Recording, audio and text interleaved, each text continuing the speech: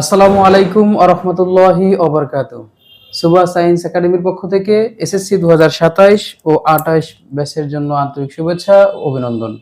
আজকে আমি আলোচনা করব উচ্চতর গণিতের সূচকীয় ও লগারিদম ফাংশন নিয়ে 9.1 এই অধ্যায়টা নিয়ে। তো এই অধ্যায়ের যে বেসিক কনসেপ্টগুলো আমরা আগে সেই বেসিকগুলো শিখব, তারপরে ম্যাথমেটিক্যাল সলভ করব। তো সর্বপ্রথম যে বেসিকটা আমরা আজকে আলোচনা করব, এই বেসিকটা শুধু তোমার সূচকের ক্ষেত্রে নয়, এটা তোমার সেটের ক্ষেত্রেও লাগবে, প্লাস এসএসসি, এইচএসসি, এমনকি চাকরি পরীক্ষা, মানে তুমি যে কোনো জায়গায় চাকরি পরীক্ষা দাও না কেন, এই বেসিক থেকে কিন্তু কোশ্চেন অনেকে, মানে এই বেসিক থেকে কোশ্চেনগুলো আসে। তো আজকে আমরা এই বেসিকটা এমনভাবে শিখব যেন এসএসসি, এইচএসসি এবং চাকরি পরীক্ষা, মানে তিনটেই যেন আমাদের কভার হয়ে যায়। তো দেখো, সর্বপ্রথম আমাদের সূচক শিখতে গেলে আমাদের বাস্তব সংখ্যা সম্পর্কে জানতে হবে। আসলে বাস্তব সংখ্যাটা কি? বাস্তব সংখ্যা মানে রিয়েল নাম্বার, যেটাকে বলা হয় রিয়েল নাম্বার। আচ্ছা, বাস্তব সংখ্যাটা কি? আসলে বাস্তব সংখ্যাটা আমরা আগে আলোচনা করি।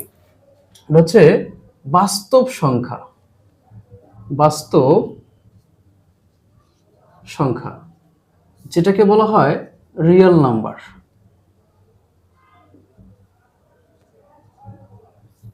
বাস্তব সংখ্যা বা রিয়েল নাম্বার, আসলে বাস্তব সংখ্যাটা কি? দেখো, কোনো একটি সরল রেখায় অবস্থিত বা থাকে সকল সকল সংখ্যাকে আমরা বলবো বাস্তব সংখ্যা। বুঝো নাই? আর একটু ক্লিয়ার করে বলি, বাস্তব সংখ্যা হচ্ছে একটি সরল রেখায় অবস্থান করে এরকম গঠিত সকল সংখ্যাকেই বলবো আমরা বাস্তব সংখ্যা। বাস্তব সংখ্যা। যেমন এটা একটা সরল রেখা, এটা কি দিলাম? একটা সরল রেখা দিলাম। তো এই সরল রেখাটার এটা দিলাম 0, এটা হচ্ছে 1, এটা 2, এটা হচ্ছে 3, এটা হচ্ছে 4, এরকম করে চলছে একবারে ইনফিনিটি পর্যন্ত। কি পর্যন্ত? ইনফিনিটি পর্যন্ত। এইদিকে যদি আমরা আসি, এইদিকে হচ্ছে -1, -2, -3 dot dot dot minus infinity পর্যন্ত। কি পর্যন্ত? মাইনাস ইনফিনিটি পর্যন্ত একবারে চলছে। মানে এদিকে প্লাস ইনফিনিটি পর্যন্ত চলছে, যার কোনো শেষ নাই, আর এদিকে মাইনাস ইনফিনিটি পর্যন্ত। এই যে রিয়েল নাম্বার বা বাস্তব সংখ্যা, এইখানে যে আমরা দেখতে পাচ্ছি 0, 1, 2, 3, 4, এদিকে দেখতে পাচ্ছি -1, -2, -3, এদেরকেই বাস্তব সংখ্যা বলা হয় না। এদের ভিতরে যে সংখ্যাগুলো আছে, মানে মাঝখানে, যেমন তুমি দেখো যে 1 থেকে 2 এর মাঝখানে কি সংখ্যাগুলো আছে, যেমন √3 আছে, আবার কি আছে, √5 আছে। মানে এই যে সংখ্যাগুলো, এই প্রত্যেকটার মাঝখানে যে সংখ্যাগুলো আছে, সেই সংখ্যাগুলো সহ এদিকে থাকতে পারে -√3 থাকতে পারে, -√2 থাকতে পারে। মানে যেরকম প্রত্যেকটি সংখ্যা, মানে এই সরল রেখায় অবস্থিত সকল সংখ্যা, সেটা পয়েন্ট হলেও হবে, সকল সংখ্যাকেই আমরা বলবো রিয়েল নাম্বার বা বাস্তব সংখ্যা। ঠিক আছে? এই বাস্তব সংখ্যাকে 8 দ্বারা প্রকাশ করা হয়। আর বলতে এই 8টাকে আমাদের দিতে হবে, ডাবল করে লিখতে হবে, এভাবে ডাবল করে লিখতে হবে। এটা হচ্ছে আর, এই 8 দ্বারা বাস্তব সংখ্যাকে প্রকাশ করা হয়। আশা করি বুঝতে পারছো। আচ্ছা, এই যে রিয়েল নাম্বার বা বাস্তব সংখ্যা সম্পর্কে আর তো কোনো সমস্যা নাই, মানে এটা কিন্তু তোমাদের অনেক কাজে লাগবে যে বাস্তব সংখ্যা কোনগুলো। আমরা কিন্তু অনেকেই জানি বাস্তব সংখ্যা, বা অনেকে মনে করি যে শুধু এগুলাই হচ্ছে বাস্তব সংখ্যা। এই যে মাঝখানে যে √3, √5, এগুলোকে কিন্তু আমরা বাস্তব সংখ্যা হিসেবে ধরি না।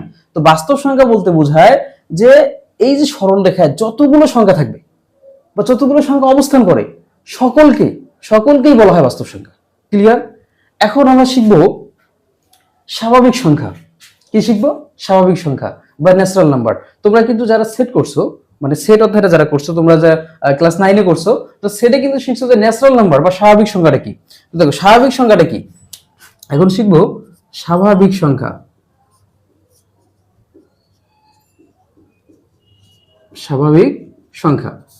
স্বাভাবিক সংখ্যা বা যেটাকে বলা হয় ন্যাচারাল নাম্বার,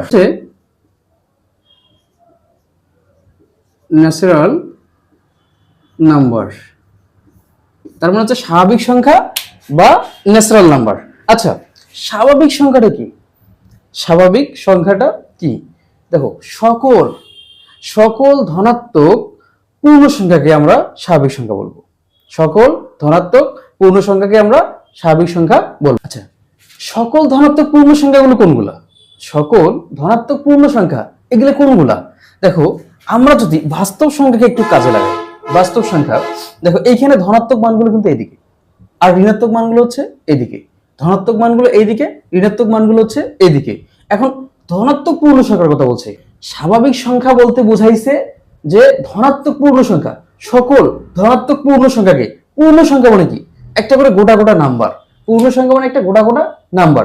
তাহলে ধনাত্মক পূর্ণ সংখ্যা, সকল ধনাত্মক পূর্ণ সংখ্যা, এই পূর্ণ সংখ্যাকে আমরা বলবো স্বাভাবিক সংখ্যা বা ন্যাচারাল নাম্বার।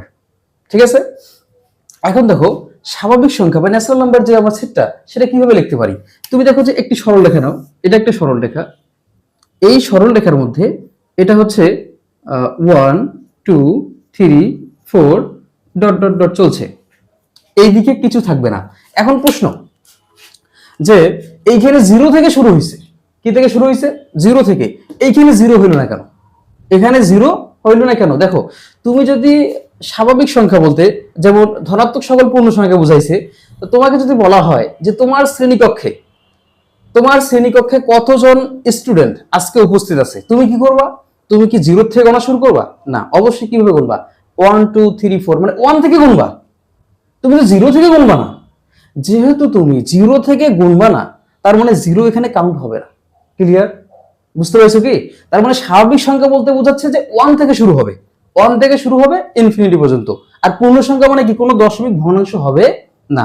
তার মানে এখানে যে √3 বা √5 এগুলো হবে না, দশমিক হবে না, পুরো একটা গোটা গোটা নাম্বার। পুরো কি হবে? একটা গোটা গোটা নাম্বার হবে। আশা করি বুঝতে পারছি। এখন দেখো, এই ন্যাচারাল নাম্বারকে কি দ্বারা প্রকাশ করা হয়? এই ন্যাচারাল নাম্বারকে n দ্বারা প্রকাশ করা হয়। ডাবল n দিবা, ঠিক আছে? ন্যাচারাল নাম্বারকে n দ্বারা প্রকাশ করা হয়। এটার যদি আমরা সেট বলি যে ন্যাচারাল নাম্বার, যে এই পূর্ণ সংখ্যার সেটটা কত, মানে স্বাভাবিক সংখ্যার সেটটা কত? স্বাভাবিক সংখ্যার সেটটা হচ্ছে 1 2 3 4 ডট ডট ডট ডট চলছে আছে, মানে চলছে। এটা হচ্ছে স্বাভাবিক সংখ্যার সেট। আশা করি বুঝতে পারছো। এখন দেখো, এখন আমরা শিখবো পূর্ণ সংখ্যা। যে পূর্ণ সংখ্যাটা কি, কি শিখবো? পূর্ণ সংখ্যা। আচ্ছা, আসো সেইখানে একটা মুছে দেই। এখন শিখবো পূর্ণ সংখ্যা।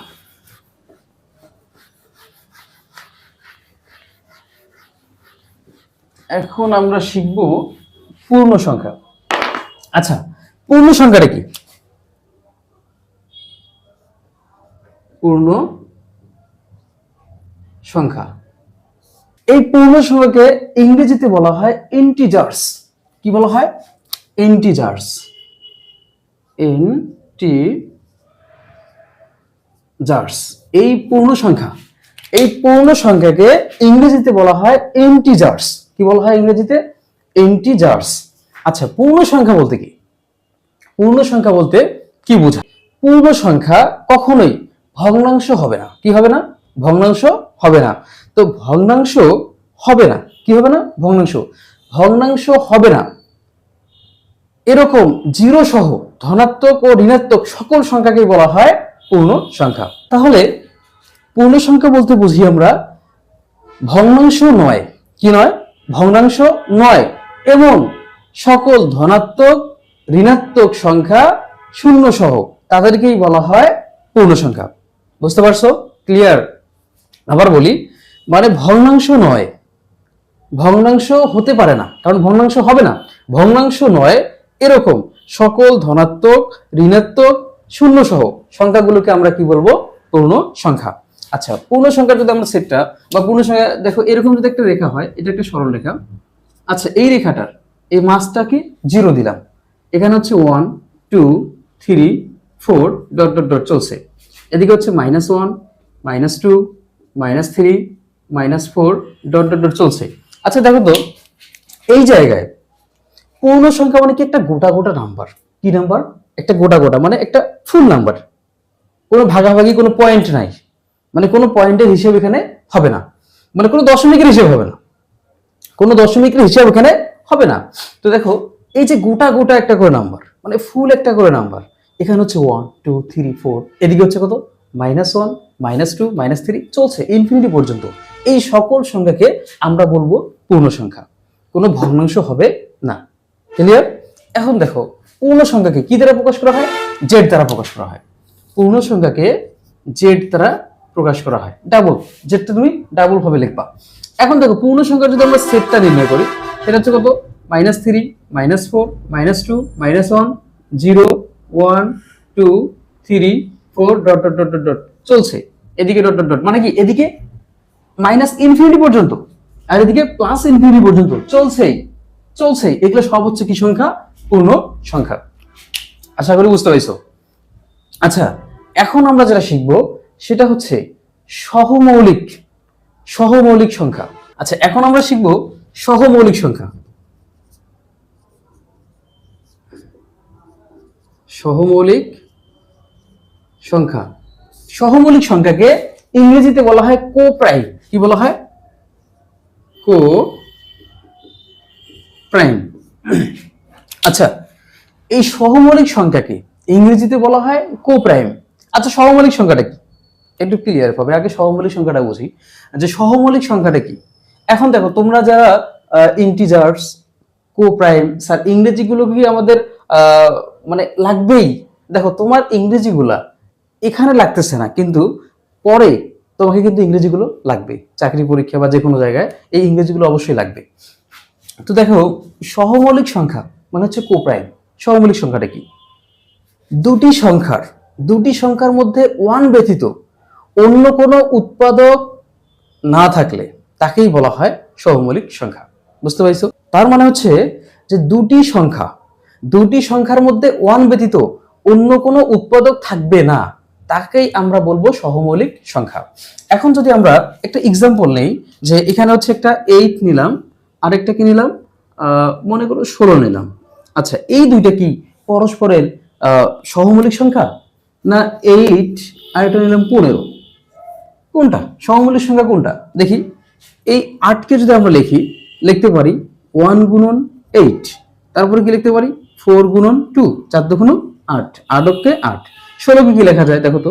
16 মানে 1 গুণন 16, 16কে 16, তারপর হচ্ছে কি 8 2 16, তাই না? তারপর হচ্ছে কি আচ্ছা বাদ দেওয়ার আর লেখার দরকার নেই। এইখানে দেখো তো তোমার এইখানে 8-এর 1, এখানে 16-র 1 উৎপাদক, আবার এখানে দেখো এখানে 2, এখানে হচ্ছে 2। তার মানে কি 1 ছাড়া আরো উৎপাদক আছে। আর আমরা সহমৌলিক সংখ্যা কি জন্য শিখলাম? সহমৌলিক সংখ্যা হচ্ছে 1 ব্যতীত অন্য কোনো উৎপাদক থাকবে না। 1 ব্যতীত অন্য কোনো উৎপাদক থাকবে না। তো এখানে যেহেতু 1 ব্যতীত অন্য কোনো উৎপাদক আছে, তার মানে এরা পরস্পর সহমৌলিক সংখ্যা নয়, তার মানে এরা সহমৌলিক সংখ্যা হতে পারে না। ক্লিয়ার? এখানে আসি। দেখো 8কে যদি আমরা লিখি ওই একই ভাবে লেখা যায় 8কে 8, তারপরে কি লেখা যায় 4 2 8। 15কে যদি আমরা লিখি 15কে 15, তারপর হচ্ছে কত 3 5 15। এখানে দেখো তো 1 ছাড়া অন্য কোনো সহমৌলিক, কিন্তু 1 ছাড়া কিন্তু অন্য কোনো উৎপাদক নাই। এইখানে 1 ছাড়া অন্য কোনো উৎপাদক নাই মানে মিলতেছে না। তার মানে কি এটাই হচ্ছে পরস্পরের সহমৌলিক সংখ্যা। তার মানে 8 আর 15 এই দুটোই হচ্ছে পরস্পরের সহমৌলিক সংখ্যা। তার মানে এটাই হচ্ছে সহমৌলিক সংখ্যা। তারপরে কি 8 9 হতে পারে। 8 9 এটা দেখবা তোমরা, 8 9 এটা হচ্ছে সহমৌলিক সংখ্যা। আশা করি বুঝতে পারছো। আচ্ছা, এটা মুছে দেই।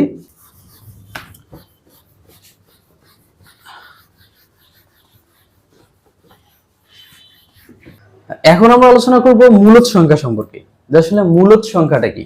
মূলদ সংখ্যা কি আলোচনা করব? মূলদ সংখ্যা।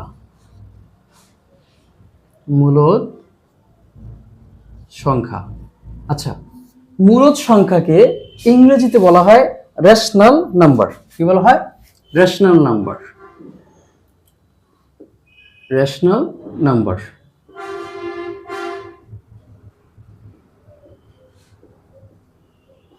তাহলে হচ্ছে মূলদ সংখ্যাকে ইংরেজিতে বলা হয় রেশনাল নাম্বার।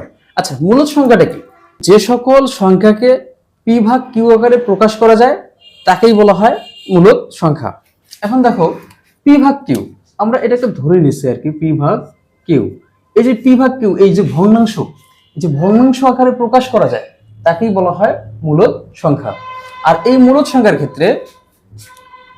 ক্ষেত্রে কি হবে, পি এবং কিউটা, পি কিউ বিলংস টু হচ্ছে জেড, মানে হচ্ছে পূর্ণ সংখ্যা, এবং Q is not equal to হচ্ছে 0। তার মানে কিউ এর মানটা 0 হতে পারে না। তাহলে এটা হচ্ছে মূলদ সংখ্যার একটা শর্ত। মূলদ সংখ্যার কি একটা শর্ত, যে এই যে পি ভাগ কিউ আকারে যে প্রকাশ করা যায়, এই পি এবং কিউ এর মানটা, এটা যে জেড, এটা হচ্ছে কি জেড, মানে P Q belongs to Z, মানে কি পি কিউ এর উপাদানগুলো জেড এর উপাদান, জেড এর কি উপাদান। আচ্ছা, P Q belongs to Z এবং Q is not equal to 0, তার মানে কিউ এর মান 0 হতে পারে না। যেমন দেখো এখানে যদি 5 থাকে, আচ্ছা 5 এর নিচে কিছু নাই, মানে কি একটা 1 আছে। আচ্ছা দেখো, তাহলে উপরেরটাকে তুমি পি ধরো, নিচেরটাকে ধরো কি কিউ, তার মানে কি পি ভাগ কিউ, এখানে পি ভাগ কিউ আকারে প্রকাশ করা যায়, তার মানে এটা হচ্ছে কি সংখ্যা, এটা একটা মূলদ সংখ্যা। কি সংখ্যা, মূলদ সংখ্যা। আবার দেখো যদি এখানে উপরে থেকে 0, নিচে থেকে 2, তার মানে এই যে 0টাকে তুমি পি ধরো আর নিচে 2টাকে কি ধরো, কিউ ধরো, তাহলে পি ভাগ কিউ, দেখো পি ভাগ কিউ আকারে প্রকাশ করা যাচ্ছে, তার মানে এটা হচ্ছে একটা মূলদ সংখ্যা বা রেশনাল নাম্বার। আচ্ছা, তাহলে 0 যদি নিচে দিই আমরা, যেহেতু বলছে Q is not equal to 0, তার মানে কি কিউ এর মানটা 0 হতে পারে না। তুমি যদি 0 দাও কি হবে, দেখো উপরে থাকলো 2, নিচে থাকলো 0, তখন এটাকে তুমি পি ধরলা এবং এটাকে কি ধরলা, কিউ ধরলা। আচ্ছা, পি ভাগ কিউ, কিন্তু 0 দ্বারা কোনো কিছুকে ভাগ করলে কি হয়, 0 দ্বারা কোনো কিছু ভাগ করলে কিন্তু অসংজ্ঞায়িত হয়। কি হয়, অসংজ্ঞায়িত। এই যে অসংজ্ঞায়িত হয়, এই জন্য এটা কখনো মূলদ সংখ্যা হতে পারে না। কি সংখ্যা হতে পারে না, মূলদ সংখ্যা হতে পারে না, কারণ একে আমরা পি ভাগ কিউ আকারে প্রকাশ করতে পারি না, এই জন্য এটা মূলদ সংখ্যা নয়। আশা করি বুঝতে পাইছো। এই জন্য Q is not equal to 0, Q কখনো 0 হবে না। এখন দেখো মূলদ সংখ্যা চেনার উপায় তিনটি চেনার উপায়, মূলদ সংখ্যা চেনার উপায় কয়টি, 3টি। যদি তুমি এই 3টি চেনার উপায় পড়ো, তাহলে মূলদ সংখ্যা সম্পর্কে আর তোমাকে পড়তে হবে না। ওই 3টি জানলেই তুমি সমস্ত মূলদ সংখ্যা বের করতে পারবে। এখন দেখো মূলদ সংখ্যা 3টি। 1 নম্বর হচ্ছে যে কোনো পূর্ণ সংখ্যাই, হচ্ছে মূলদ সংখ্যা, যে কোনো পূর্ণ সংখ্যা মূলদ সংখ্যা। আচ্ছা, আমরা কিন্তু পূর্ণ সংখ্যা শিখছিলাম, কি বললাম 1 নম্বরটা, যে কোনো পূর্ণ সংখ্যা মূলদ সংখ্যা,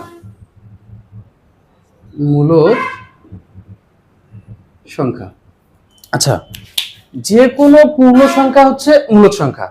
যেমন কি কি হতে পারে মূলদ সংখ্যাগুলো, কি কি পূর্ণ সংখ্যা তো আমরা শিখছি এর আগে।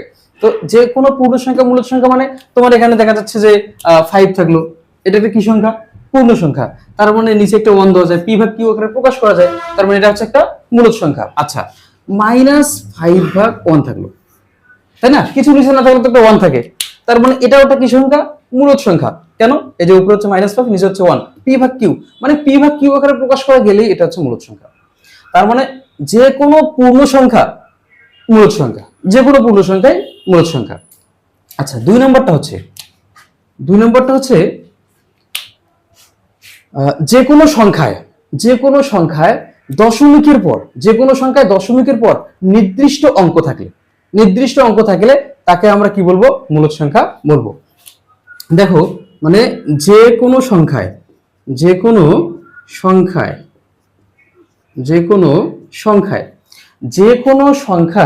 দশমিকের পর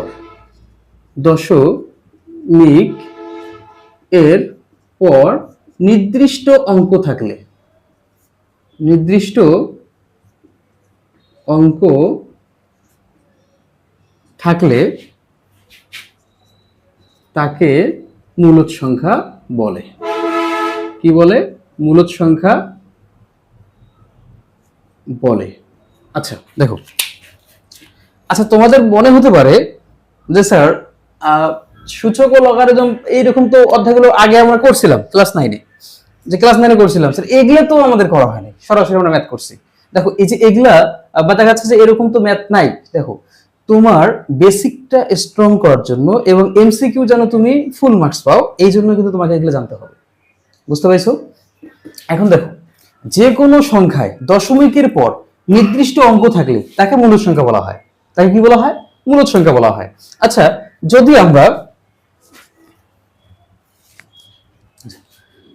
আমরা এরকম একটা সংখ্যা নেই, যেমন 1.32। আচ্ছা, 1.32, এই 1.32 এটা কিভাবে? দেখো দশমিকের পরে 1.32 তে দশমিকের পরে নির্দিষ্ট সংখ্যা আছে 32, আর কিন্তু নাই, নির্দিষ্ট সংখ্যা আছে, এটাই কিন্তু মূলদ সংখ্যা। এটাই মূলদ সংখ্যা। কিভাবে? দেখো, আমরা যদি এটাকে লিখি, উপরে হচ্ছে 132 আর নিচে হচ্ছে কত? দশমিকের পরে যটা সংখ্যা থাকবে ওটা কি দিতে হবে? 0 দিতে হবে। 1 এর পরে দশমিকের পরে যটা সংখ্যা থাকবে 0 দিতে হবে। এটা তোমরা জানো, এটা অনেক আগে শিখছো তোমরা। তো এই যে দেখো, পি ভাগ কিউ আকারে প্রকাশ হইলো, কি চমৎকার জিনিস, বুঝতে পেরেছো তো? দেখো, পি ভাগ কিউ আকারে প্রকাশ হলো, তার মানে এটাই হচ্ছে তোমার মূলদ সংখ্যা। আবার যদি থাকে 1.3 থাকলো, আচ্ছা, তাহলে হচ্ছে উপরে হচ্ছে কত? 13। উপরে কত? 13। আর নিচে হচ্ছে কত? 1। দশমিকের পর একটা সংখ্যা দেখে এখানে হচ্ছে 0, তার মানে কি এটা পি ভাগ কিউ আকারে প্রকাশ করা যাচ্ছে, তার মানে এটা হচ্ছে একটা মূলদ সংখ্যা। তার মানে দশমিকের পর নির্দিষ্ট অঙ্ক থাকলে সেই সকল মানগুলোকে আমরা মূলদ সংখ্যা বলতে পারি। দেখো, তারপর হচ্ছে 3 নাম্বারটা। 3 নাম্বারটা হচ্ছে আবৃত দশমিক সংখ্যা। সকল আবৃত দশমিক সংখ্যাগুলো হচ্ছে মূলদ সংখ্যা। কি সংখ্যা? সকল আবৃত দশমিক সংখ্যাটাই হচ্ছে মূলদ সংখ্যা। 3 নম্বরটা হচ্ছে আবৃত দশমিক সংখ্যা। আবৃত দশমিক সংখ্যা। আচ্ছা, এগুলো কিন্তু মানে এই তিনটা হচ্ছে মূলদ সংখ্যা চেনার উপায়। কিসের উপায়? চেনার উপায়। এগুলো হচ্ছে মূলদ সংখ্যা চেনার উপায়। এটা হচ্ছে মূলদ সংখ্যা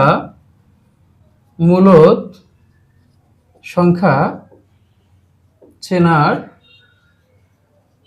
উপায়। ঠিক আছে, তোমরা লিখে নিও। হ্যাঁ, এটা হচ্ছে মূলদ সংখ্যা চেনার উপায় কিন্তু এই তিনটা। আচ্ছা, 3 নাম্বার যেটা দিলাম সেটা হচ্ছে কি আবৃত দশমিক সংখ্যা। আচ্ছা, আবৃত দশমিক সংখ্যাটা কি? আবৃত দশমিক সংখ্যাটা কি? আবৃত দশমিক সংখ্যাটা হচ্ছে, তোমরা কিন্তু জেনারেল ম্যাথের প্রথম অধ্যায়ে অবশ্যই শিখছো যে পৌনঃপুনিকের যে বিষয়গুলো, এগুলোই কিন্তু সবগুলো হচ্ছে আবৃত দশমিক সংখ্যা। যেমন 1.3 এর উপর, আচ্ছা, এই যে 1.3 পৌনঃপুন্য, এটাকে আমরা কি লিখতে পারি? এই 1.3 পৌনঃপুন্য এটাকে আমরা লিখতে পারি যে 1.3333 মানে চলছেই, একবারে চলছেই। তার মানে 3 এর উপর পৌনঃপুনিক সংখ্যাটা আছে বিধায় 3 করে চলবেই, মানে এটার শেষ নাই, এটার কি নাই? শেষ নাই। এটাই হচ্ছে কি একটা মূলদ সংখ্যা। কিভাবে যে স্যার এই যে 2 নম্বরটা তো হইলো না, 2 নম্বরটা আপনি কি বললেন? দশমিকের পরে নির্দিষ্ট সংখ্যা থাকলে সেটা মূলদ সংখ্যা। এখানে তো দশমিকের পরে নির্দিষ্ট সংখ্যা নাই। দেখো, দশমিকের পরে এই জায়গায় তুই দেখাচ্ছে যে তুমি পাইয়ের মানটা নাও, যে পাই ইকুয়াল হচ্ছে কত? 3.1416 এরকম চলছে। তার মানে কি প্রত্যেকটা মান কি আলাদা আলাদা কিনা? এই জন্য এটা কিন্তু মূলদ সংখ্যা নয়। কিন্তু এইখানে দেখো দশমিকের উপর একই সংখ্যা, কি সংখ্যা? একই 3 করে চলছেই। তার মানে এটাকে কিন্তু আমরা দশমিক মানে পি ভাগ কিউ আকারে প্রকাশ করতে পারি। যাদের ক্যালকুলেটরে করবা, যে ক্যালকুলেটরে আমরা কিভাবে করব, দেখো তুমি ক্যালকুলেটরে 1.3333 10 বার লিখবা, 10 বার লেখার পর সমান চাপ দিবা। চাপ দেওয়ার পরে তারপরে যে ভগ্নাংশের অংশটা, এটা চাপ দিলে তোমার কিন্তু ভগ্নাংশটা চলে আসবে। যারা ক্যালকুলেটরে করতে চাও ক্যালকুলেটরে করতে পারবা। আর যাদের ক্যালকুলেটর, এটা সম্ভবত ইএসটাতে হবে, এমএসটাতে হবে না, মানে তোমার এমএস ক্যালকুলেটরতে হবে না, এটা ইএসটাতে হবে। মানে যাদের ইএস ক্যালকুলেটর আছে তারা যদি তোমরা 1.333 এরকম করে দশমিকের পরে 10 বরাবর দাও যে সমান চাপো, তাহলে কিন্তু ভগ্নাংশ চলে আসবে। দেখো, যাদের ক্যালকুলেটর দিয়ে করবা না, যে ক্যালকুলেটর দিয়ে আমরা করবো না, কিভাবে করবো? চাকরি পরীক্ষাতে ক্যালকুলেটর ইউজ করা যায় না, চাকরি পরীক্ষায় ইউজ করতে হবে এইভাবে। দেখো, আমরা কিন্তু লিখতে পারি যে 1 এখানে হচ্ছে 3, মানে 1.3 পৌনঃপুন্য না, তার মানে হচ্ছে 13 দিলাম। আর এখানে হচ্ছে কটা? একটা সংখ্যার উপর হচ্ছে পৌনঃপুন্য সংখ্যাটা, তো একটা সংখ্যার উপর যেহেতু আছে এই জন্য আমরা একটা 9 দ্বারা ভাগ দেবো। কটা 9 দ্বারা ভাগ দেবো? একটা 9 দ্বারা ভাগ দেবো। এটাই হচ্ছে একটা পি ভাগ কিউ আকারে প্রকাশ হলো। তার মানে এটা হচ্ছে কি সংখ্যা? মূলদ সংখ্যা। এখন যদি একটু বেশি থাকে, যেমন তোমাকে দিল 1.32, তার উপর হচ্ছে পৌনঃপুন্য সংখ্যা। আচ্ছা, এটাকে কিভাবে আমরা মূলদ সংখ্যা বানাবো? এটাকে এভাবে আছে না, 1.32, তারপর হচ্ছে 32, তারপরে 3 2 এভাবে চলছে না? তার মানে এটাকে পূর্ণ সংখ্যা, সরি এটাকে মূলদ সংখ্যা কিভাবে বানাবো? মূলদ সংখ্যা বানাবো 1 3 2। এখানে দেখো দুইটি সংখ্যার উপর অনুপূর্ণ সংখ্যা আছে, এই জন্য আমরা দুইটা 9 দ্বারা ভাগ দেবো। এটাই হচ্ছে তোমার কি সংখ্যা? এটা হচ্ছে আবৃত দশমিক সংখ্যা, যেটা পি ভাগ কিউ আকারে প্রকাশ হলো। আর পি ভাগ কিউ আকারে প্রকাশ করা গেলেই তাকে আমরা বলতে পারি কি সংখ্যা? মূলদ সংখ্যা। আশা করি বুঝতে পারছো। এখন দেখো, যদি এই সংখ্যাগুলো ব্যতীত অন্য যে কোনো সংখ্যা আসে তাদেরকে কি বলবো? অমূলদ সংখ্যা। মানে একটা জিনিস দেখো, মজার বিষয়টা কি, তুমি যদি এই মূলদ সংখ্যাটাকে মনে রাখতে পারো, কাকে? এই মূলদ সংখ্যাকে মনে রাখতে পারো, তাহলে অমূলদ তোমাকে পড়ারই দরকার নাই। কেন পড়ার দরকার নাই? কারণ তুমি মূলদ সংখ্যা যদি সমস্ত কিছু জানো, এই ফর্মুলাগুলো তুমি জানো, তাহলে মূলদ সংখ্যা তুমি সমস্ত ফর্মুলা জানতেছো। আর মূলদ সংখ্যার সমস্ত ফর্মুলা জানলে তোমাকে অমূলদ সংখ্যা বের করার কোনো দরকার নাই, কারণ মূলদ সংখ্যা যেগুলো নয় সেগুলোই তো অমূলদ সংখ্যা। ক্লিয়ার বুঝছো তো? যেগুলো মূলদ সংখ্যা নয় সেগুলি হচ্ছে অমূলদ সংখ্যা। আচ্ছা, তোমরা এটা লিখে নিও, এখানে জায়গা শর্টের কারণে আমি এটা মুছে দিচ্ছি। হ্যাঁ, আচ্ছা, এখন অমূলদ সংখ্যাটা শুধু আমরা শিখবো যে অমূলদ সংখ্যাটা কি। শুধু আমরা শিখবো অমূলদ সংখ্যাটা কি। আচ্ছা দেখো, অমূলদ সংখ্যা,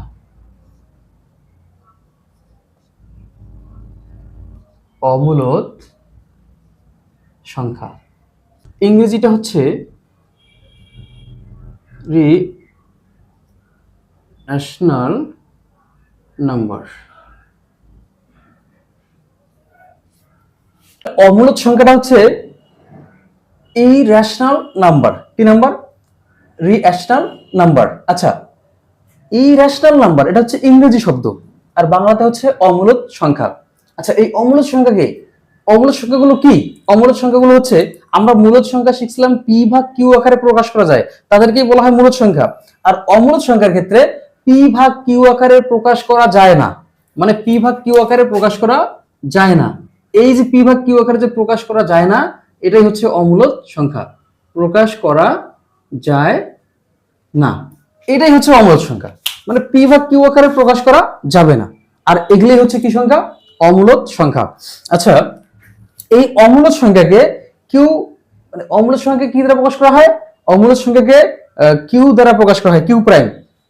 অমূলদ সংখ্যাকে বড় হাতের কিউ প্রাইম দ্বারা প্রকাশ করা হয়। আচ্ছা, এটা আমি দেই নাই যে মূলদ সংখ্যা, যেটা মূলদ সংখ্যাকে কিউ দ্বারা প্রকাশ করা হয়, মূলদ সংখ্যাকে কিউ দ্বারা প্রকাশ করা হয়, যেটা আমরা একটু আগে শিখছিলাম মূলদ সংখ্যা। এই মূলদ সংখ্যাকে কিউ দ্বারা প্রকাশ করা হয়। কি দ্বারা প্রকাশ করা হয়? কিউ দ্বারা। আচ্ছা, এই মূলদ সংখ্যার সেটটা যদি আমরা লিখতে যাই, তাহলে হচ্ছে পি ভাগ কিউ, তারপর হচ্ছে P Q belongs to Z এবং Q is not equal to 0। এটা হচ্ছে মূলদ সংখ্যার সেট। এটা হচ্ছে মূলদ সংখ্যার সেট, যেটাকে মূলদ সংখ্যাকে কিউ দ্বারা প্রকাশ করা হয়। কি দ্বারা প্রকাশ করা হয়? কিউ দ্বারা প্রকাশ করা হয়। আর অমূলদ সংখ্যাকে কিউ প্রাইম দ্বারা প্রকাশ করা হয়। কি দ্বারা প্রকাশ করা হয়? কিউ প্রাইম দ্বারা প্রকাশ করা হয়। আর এই অমূলদ সংখ্যার সেটটা কি? অমূলদ সংখ্যার সেটটা হচ্ছে যে X is not equal to হচ্ছে পি ভাগ Q. Is not equal to মানে এখানে পি ভাগ কিউ হতে পারে না, পি ভাগ কিউ হতে পারে না। তারপর হচ্ছে যে P Q belongs to Z এবং Q is not equal to হচ্ছে 0। বাকিটা ঠিক থাকবে। এটা হচ্ছে অমূলদ সংখ্যা এর সেট। কিসের সেট? অমূলদ সংখ্যা নির্ণয়ের সেট। আশা করি বুঝতে পারছো। আচ্ছা দেখো, এইখানে তোমাদের একটা প্রশ্ন আসতে পারে যে এক্সটা কি? এক্সটা এখানে কি? দেখো, এইখানে এক্সটা হচ্ছে আর, মানে কি? বাস্তব সংখ্যার উপাদান। এক্সটা হচ্ছে সকল বাস্তব সংখ্যার উপাদান। আশা করি বুঝতে পারছো। তার মানে অমূলদ ও মূলদ সংখ্যা নিয়ে তোমাদের আর কোনো প্রকার সমস্যা না হওয়ারই কথা। আচ্ছা, এখন আমরা যেটা শিখবো সেটা হচ্ছে মূল। কি শিখবো? মূল শিখবো। আচ্ছা, মূল আসলে কি?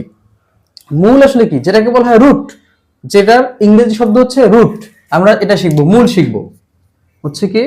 মূল, বা যেটাকে ইংরেজিতে বলা হয় রুট, মূল বা রুট। আচ্ছা, মূলটা কি? কোনো একটি সংখ্যাকে কত ঘাত করলে যে সংখ্যাটি পাওয়া যায় তার বিপরীত যে সংখ্যাটা আমরা ধারণা করি, তার বিপরীতে আমরা যে সংখ্যাটা ধারণা করি তাকেই কিন্তু বলা হয় মূল। তাকে কি বলা হয়? মূল। আচ্ছা, যদি আমরা একটা উদাহরণ দেই, যেমন মনে করো x এর উপর স্কয়ার থাকলো, ইকুয়াল টু হচ্ছে কি, ইকুয়াল টু হচ্ছে কি, এখানে ইকুয়াল টু মনে করে থাকলো যে 4 থাকলো। তাহলে দেখো তো এইখানে যদি এই স্কয়ারটা এখানে যে কি হয়, রুট হবে। কি হবে? রুট হবে। রুট হলে কি হয়, এখানে 4, যেটার মান আসে কত, 2। আবার দেখো 2 এর উপর যদি আমরা স্কয়ার করি তাহলে কত আসে, 4। তাহলে এই যে এটা x এর মানটা হচ্ছে কত, 2। x এর মানটা হচ্ছে 2, এটাই কিন্তু হচ্ছে মূল। এটাই কি মূল। আমরা যদি আরেকটু ক্লিয়ার বুঝি, দেখো আরেকটু ক্লিয়ার বুঝো, x কিউব ইকুয়াল টু হচ্ছে 27। কত আছে? 27। আচ্ছা, এই যে x কিউব ইকুয়াল টু 27, এটাকে আমরা কি করতে পারি? এটাকে আমরা লিখতে পারি যে x ইকুয়াল টু লেখা যায় 3√27। 3√27 লেখা যায় না? তার মানে এখানে অ্যান্সারটা কত আসে? এখানে অ্যান্সারটা আসে 3। এখানে অ্যান্সারটা আসে কি, 3 আসে। আর এই যে এটাই হচ্ছে মূল বা রুট। আশা করি বুঝতে পাইছো। এখন দেখো তো এখানে একটা জিনিস আমরা জানবো, সেটা হচ্ছে যে মনে করো এখানে যে কোনো একটা সংখ্যা, যে কোনো একটা সংখ্যা তার উপর স্কয়ার যদি হয় তাহলে এখানে আমরা 2 রুট লিখতে পারি।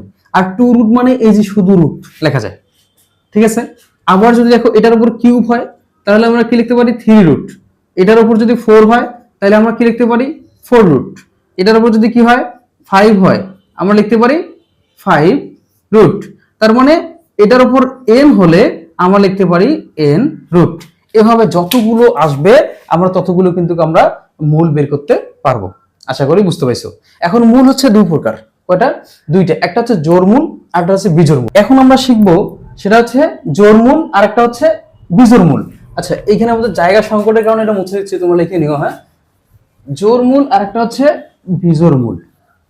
আচ্ছা, জোড়মূলটা কি? দেখো জোড়মূল, জোড় মূল, যেটাকে বলা হয় ইংরেজিতে ইভেন রুট। ইভেন রুট তার মানে হচ্ছে জোড়মূল। ইভেন রুট ইংরেজিতে বলা হয় ইভেন রুট, আর বাংলাতে বলা হয় কি, জোড়মূল। আচ্ছা, জোড়মূল বলতে কি? জোড়মূল বলতে কি? জোড়মূল বলতে বোঝায়, যেমন জোড়মূল বলতে বোঝায় মনে করো এই যে রুট আছে, রুটের এখানে এক্স বা যে কোনো মান থাক না কেন, এই জায়গায় 4 মানে কি জোড় সংখ্যা। 4 মানে কি সংখ্যা? জোড় সংখ্যা। তারপরে দেখো এখানে হচ্ছে 6x, অথবা রুট আবার মানে এখানে দেখা যাচ্ছে যে 10 থাকতে পারে, এখানে x মানে জোড় সংখ্যা। এই যে জোড় সংখ্যা থাকলে এটা হচ্ছে জোড়মূল। এটা কি মূল? জোড়মূল। তার মানে এই যে দেখো এই যে এখানে যে ঘাতগুলো আছে, এই যে ঘাতগুলো, এগুলিকে যদি আমরা n সংখ্যক ধরি, কেন n মানে কি 1 2 3 4 5 6 অনেকগুলো হতে পারে, কিন্তু এখানে জোড় সংখ্যা হবে। n ইকুয়াল টু জোড়, n ইকুয়াল টু জোড় হলে আমরা কি লিখতে পারি যে n root over x to the power n equal to হচ্ছে x পরমান। আচ্ছা, পরমান দ্বারা বুঝাইলাম মানে এখানে x এর মানটা কখনো কি আসবে না, ঋণাত্মক আসবে না। x এর মানটা কখনো ঋণাত্মক আসবে না। তাহলে জোড়মূলের ক্ষেত্রে তুমি শর্তটা লিখে নাও। জোড়মূলের ক্ষেত্রে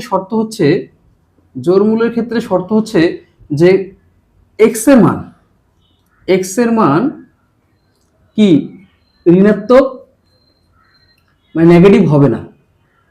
x এর মান কখনোই নেগেটিভ হবে না। x এর মান কখনোই কি হবে না, নেগেটিভ হবে না। এবং হচ্ছে কি x এর মানটা 0 হতে পারে, 0 থেকে বড় হতে পারে। আচ্ছা, এই যে x এর মানটা যে 0 হবে বা 0 থেকে বড় হতে পারে, মানে বড় হবে, ছোট হবে না, এটাকে কিন্তু আমরা ডোমেন লিখতে পারি। এটা হচ্ছে 1 নম্বর শর্ত, এটা হচ্ছে 2 নম্বর শর্ত। এটাই হচ্ছে ডোমেন, এটাই হচ্ছে জোড়মূলের ডোমেন। আশা করি বুঝতে পাইছো। তাহলে হচ্ছে দেখো জোড়মূলের ক্ষেত্রে কখনোই মানটা নেগেটিভ হবে না। কি হবে না? নেগেটিভ হবে না, মানে সবসময় ধনাত্মক হবে। কিভাবে? তুমি এখানে যে কোনো মান বসে দাও, করে গেল, জোড় সংখ্যা থাকার কারণে মাইনাস মান থাকলেও সেটা কি হবে, ধনাত্মক হয়ে যাবে। আশা করি বুঝতে পাইছো। এখন আমরা শিখবো বিজোড়মূল। কি মূল? বিজোড়মূল। এখন আমরা আলোচনা করব বিজোড়মূল। কি মূল? বিজোড়মূল। আচ্ছা, আসলে কারেন্টের একটু ঝামেলার কারণে আমার ক্লাসটি অফ হয়ে গেছে, এর জন্য আবার নতুন করে শুরু করলাম। আচ্ছা দেখো, বিজোড়মূল, জোড়মূল করছিলাম, এখন আমরা বিজোড়মূল। বিজোড় মূলটা আসলে কি? বিজোড় মূল মানে হচ্ছে কি, বিজোড় মূল এর ইংরেজি কি? এর ইংরেজিটা হচ্ছে অ্যাট রুট। তার মানে বিজোড় মূল এর ইংরেজি হচ্ছে অ্যাট রুট, এটা হচ্ছে বিজোড় মূল। আচ্ছা, বিজোড় মূল বলতে বোঝায় যে এই যে এইখানে যে মানটা থাকবে 3 থাকতে পারে, মানে বিজোড় মান, এখানে যে কোনো এক্স, তারপরে হচ্ছে রুট, এখানে হচ্ছে 5, তার মানে এই যে বিজোড় মানগুলো থাকলে সেটা হচ্ছে বিজোড় মূল। তার মানে এন এর মানটা কি হবে? এন এর মানটা বিজোড় হবে, এন এর মানটা বিজোড় হবে, এটাই হচ্ছে বিজোড় মূল। এন এর মানটা বিজোড় হবে, সেটাই বিজোড় মূল। আশা করি বুঝতে পেরেছো, এন এর মানটা বিজোড়, সেটা কি মূল? বিজোড় মূল। আচ্ছা, তাহলে এই যে বিজোড় মূলের ক্ষেত্রে শর্তটা কি? বিজোড় মূলের ক্ষেত্রে শর্ত হচ্ছে যে 1 নম্বরটা সেটা হচ্ছে অবশ্যই পজিটিভ হবে, তারপরে নেগেটিভও হতে পারে, তারপরে জিরো হতে পারে। 2 নম্বরটা হচ্ছে এন রুট এক্স হয়, এন রুট এক্স হয়, তাহলে তাহলে এখানে এক্স এর মানটা এক্স বিলংস টু আর, মানে বাস্তব সংখ্যা থেকে হবে। আশা করি বুঝতে পারছো, এটাকেই বলা হয় ডোমেন। এটাকে কি বলে? ডোমেন। এটাকেই বলে ডোমেন। আশা করি বুঝতে পারছো। তাহলে হচ্ছে বিজোড় মূল সম্পর্কে তোমাদের আর সমস্যা না হওয়ারই কথা। আচ্ছা, এখন আমরা শিখবো যে মোল্ড, মানে আমরা যাকে শেখার জন্য আমরা এত কিছু জানলাম, সেই সূচক সম্পর্কে এখন আমরা একটা আলোচনা করব। কি সম্পর্কে আলোচনা করব? সূচক সম্পর্কে, যে সূচকটা আসলে কি। আচ্ছা দেখো, সূচক সম্পর্কে আলোচনা করব। এখন আমরা আলোচনা করব সূচক। সূচকটা কি? সূচক, যার ইংরেজি শব্দটা হচ্ছে এক্সপোনেন্ট। কি বলা হয়? ইংরেজিতে বলা হয় এক্সপোনেন্ট। এক্সপোনেন্টস মানে এটা হচ্ছে সূচক। এক্সপোনেন্ট শব্দ অর্থ হচ্ছে কি? সূচক। আসলে সূচকটা কি? সূচকটা হচ্ছে একটি সংখ্যা বা ঘাত যা যা নিজে নিজে কতবার গুণ আছে এটা নির্দেশ করে দেয়, তাকে আমরা সূচক বলবো।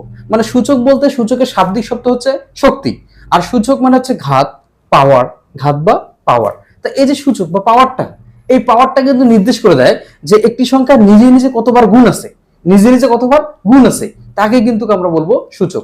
যেমন একটা এক্সাম্পল দিয়ে দেই, 2 উপরে মনে করো যে 5, 2 উপরে 5, এই যে 5, এই 5টা কিন্তু বলে দিচ্ছে যে এখানে 2 5 বার গুণ আছে। কয়বার গুণ আছে?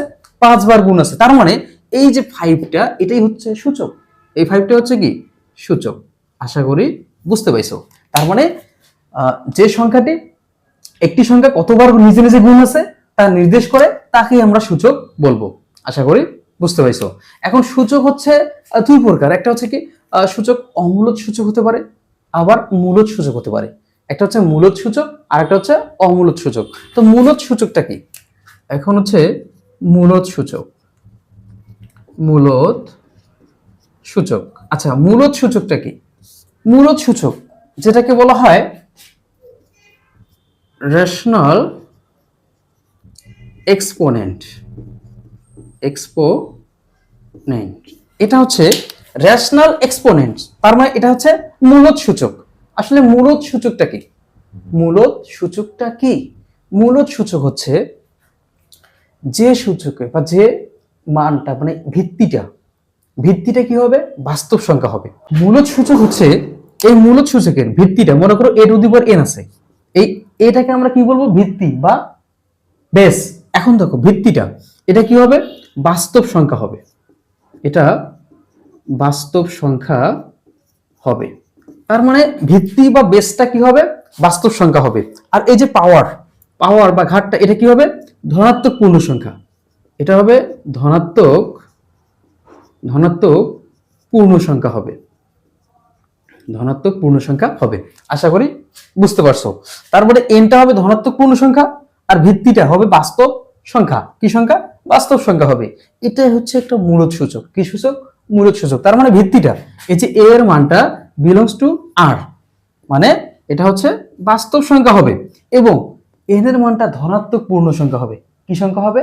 ধনাত্মক পূর্ণ সংখ্যা। তোমরা ধনাত্মক পূর্ণ সংখ্যা কিন্তু মানে পূর্ণ সংখ্যা শিখছো, সেখানকার ধনাত্মক মানগুলো, কি মানগুলো? ধনাত্মক গুলো, ঋণাত্মক মানগুলো হবে না। তার মানে ধনাত্মক পূর্ণ সংখ্যা হবে। আশা করি বুঝতে পেরেছো। যেমন যদি এক্সাম্পল দেই, যেমন 2 এর উপরে 5, এটা একটা কি সংখ্যা? এটা হচ্ছে মূলদ সূচক সংখ্যা। এই মূলদ সূচকের ক্ষেত্রে এই যে এ এর মানটা, মানে ভিত্তির মানটা 0 থেকে বড় হবে। কি হবে, ভিত্তির মানটা 0 থেকে বড় হবে এবং এবং এ ইজ নট ইকুয়াল টু হচ্ছে 1, এর মানটা কখনো 1 হতে পারে না। আচ্ছা দেখো, এই যে আমরা সূচকটা যে শিখলাম, সূচকটা, এই সূচকের কিন্তু একটা শর্ত আছে। আচ্ছা সূচকের শর্তটাকে দেই। সূচকের শর্তটা হচ্ছে কি, সূচকের শর্তটা হচ্ছে এর মানটা 0 থেকে বড় হবে, 0 থেকে বড় হবে এবং এবং এ ইজ নট ইকুয়াল টু হচ্ছে 1, মানে এর মানটা কখনো 1 হতে পারে না। যদি একটু ক্লিয়ার করে তুমি বোঝো তাহলে একটা সরলরেখা নাও, একটা সরলরেখা নাও। এটা মনে করো যে হচ্ছে এটা 0, এটা হচ্ছে 1, এটা 2, এটা 3, এভাবে চলছে। আচ্ছা দেখো এই দিকে নাই, এখানে তুমি দেখো যে এর মানটা 0 থেকে বড় নিতে বলছে, 0 থেকে বড় নিতে বলছে।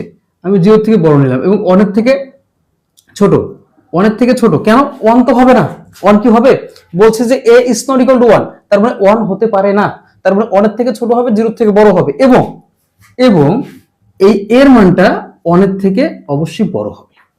একটা 1 এর থেকে ছোট হবে, 1 এর থেকে বড় হবে, কিন্তু 1টা হবে না। আমরা কিন্তু এটাকে এভাবেও লিখতে পারি যে 0 থেকে বড় হচ্ছে a, তারপরে 1 এর থেকে ছোট এবং 1 এর থেকে বড় হচ্ছে এর মানটা। আমরা এই শর্তটাও কিন্তু লিখতে পারি সূচকের ক্ষেত্রে।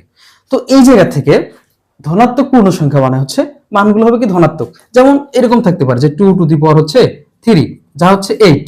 আচ্ছা 2 এর উপরে 3 হলে 8 লেখা যায়, নিচে কিছু না থাকলে কি হয়, 1 হয়, যাকে আমরা p ভাগ q, দেখো p ভাগ q আকারে প্রকাশ করা যাচ্ছে, তার মানে এটা হচ্ছে মূলদ সূচক।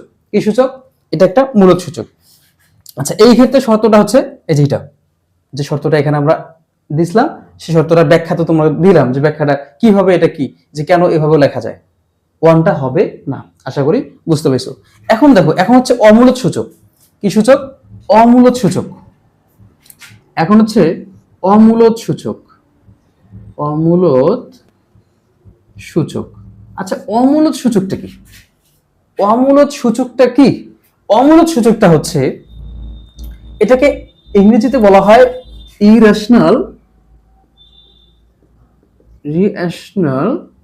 নাম্বার, এটাকে বলা হয় ইরেশনাল নাম্বার। তো এই যে ইরেশনাল নাম্বার, এটা হচ্ছে অমূলদ সূচক। কি সূচক, অমূলদ সূচক। এই সূচকের ক্ষেত্রেও যদি আমরা লিখি যে এটা হচ্ছে ভিত্তি, তার উপর এটি পাওয়ারটা এনটা, এটা হচ্ছে কি সংখ্যা, মানে যে কোনো একটা সংখ্যা হতে পারে। এখন এটা হচ্ছে ভিত্তি, এই ভিত্তি কি হবে, বাস্তব সংখ্যা হবে, বাস্তব সংখ্যা হবে। কিন্তু কিন্তু এই যে এর মানটা মানে পাওয়ার বা ঘাতের মানটা এমন একটা মান হবে যার জন্য পুরো মানটাই কি আসবে, অমূলদ আসবে, পুরো মানটা কি আসবে, অমূলদ আসবে, তাকেই কিন্তু আমরা বলবো অমূলদ সূচক। তার মানে বলা যায় যে ভিত্তিটি বাস্তব সংখ্যা হবে এবং সূচক বা পাওয়ারটা বা ঘাতের কারণে পুরো মানটা কি আসবে, অমূলদ আসবে, তাকেই বলা হয় অমূলদ সূচক। কি বলা হয়, অমূলদ সূচক। যদি আমরা একটা এক্সাম্পল নেই, দেখো যদি আমরা একটা এক্সাম্পল নেই, তাহলে হচ্ছে এখানে দেখো 2 মানে 2 এর উপরে √5 আছে, 2 এর উপর কি আছে, √5, তাহলে এটাকে আমরা কি লিখতে পারি, 2 এর উপর √5 হলে 4.1131 যেটাকে is not equal two p ভাগ q, মানে p ভাগ q আকারে আমরা প্রকাশ করতে পারি না, তার মানে এটা কখনোই মূলদ সংখ্যা হতে পারে না, এজন্য এটা হচ্ছে অমূলদ সূচক। এর সত্যটা কি, এর সত্যটা একই, যেহেতু বাস্তব সংখ্যা, তার মানে a বিলংস টু হচ্ছে r এবং এর মানটা 0 থেকে বড় হবে এবং a is not equal two 1। আশা করি বুঝতে পারছো। তার মানে সূচক, মূলদ সূচক, অমূলদ সূচক, মানে যেগুলো আমাদের বেসিক, সেগুলো কিন্তু আমাদের জানা শেষ হয়ে গেল। এখন কিন্তু আমরা সরাসরি এই অধ্যায়ের গাণিতিক প্রবেশ করতে পারবো। আশা করি বুঝতে পারছো। তো সকলের সুস্বাস্থ্য কামনা করে আজকের এই ক্লাস এখানে সমাপ্ত ঘোষণা করছি। আল্লাহ হাফেজ।